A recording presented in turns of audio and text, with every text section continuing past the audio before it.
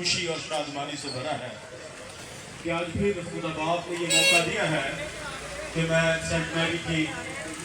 کلیسیا سے خدا کے کلام کو شیئر کر پاؤں۔ اگرچہ جو بہن بھائی گلی کے اندر موجود ہیں، جو کانوں میں سن رہے ہیں، تھوڑی دیر کے لیے میں آپ سب کی توجہ چاہتا ہوں۔ خدا کے کلام کے اندر یہ لکھا ہے، اعمال کی کتاب، لوکا طبیب کی معرفت لکھی گئی اعمال کی کتاب، اس کا 4واں باب، اس کی 12ویں آیت کو میں تلاوت کرنا چاہوں گا۔ خدا کے کلام کے اندر یوں لکھا ہے، اور کسی دوسرے کے وسیلہ سے نجات نہیں، کیونکہ آسمان کے تلے آدمیوں کو کوئی دوسرا نام نہیں بخشا گیا جس کے وسیلہ سے ہم نجات پا سکیں۔ خداوند کے پاک نام کے سبب سے ہم سب کو برکت ملے۔ آپ سب کہہ سکتے ہیں آمین آمین۔ میرے عزیزو، یہ خدا کے کلام کا حصہ جو میں نے آپ کے ساتھ شیئر کیا ہے، اعمال 4واں باب، اس کی 12ویں آیت، بیسیکلی یہ پطرس رسول بڑی دلیری کے ساتھ مسیح یسوع کا پیغام لوگوں کو، بالخصوص کاہن، سردار کاہن اور پھر صدوقیوں کو سنا رہا ہے۔ جب آپ اعمال کی کتاب کو پڑھیں گے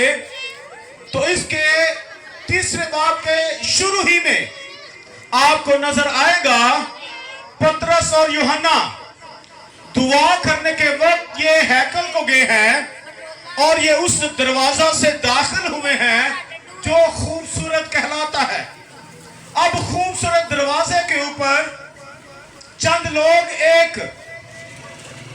معذور کو لے کر آتے ہیں، جنم کے لنگڑے کو لے کر آتے ہیں اور رکھ دیتے ہیں۔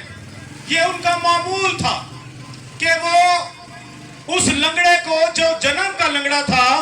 ہر روز لاتے اور اس دروازے پر جس کا نام خوبصورت تھا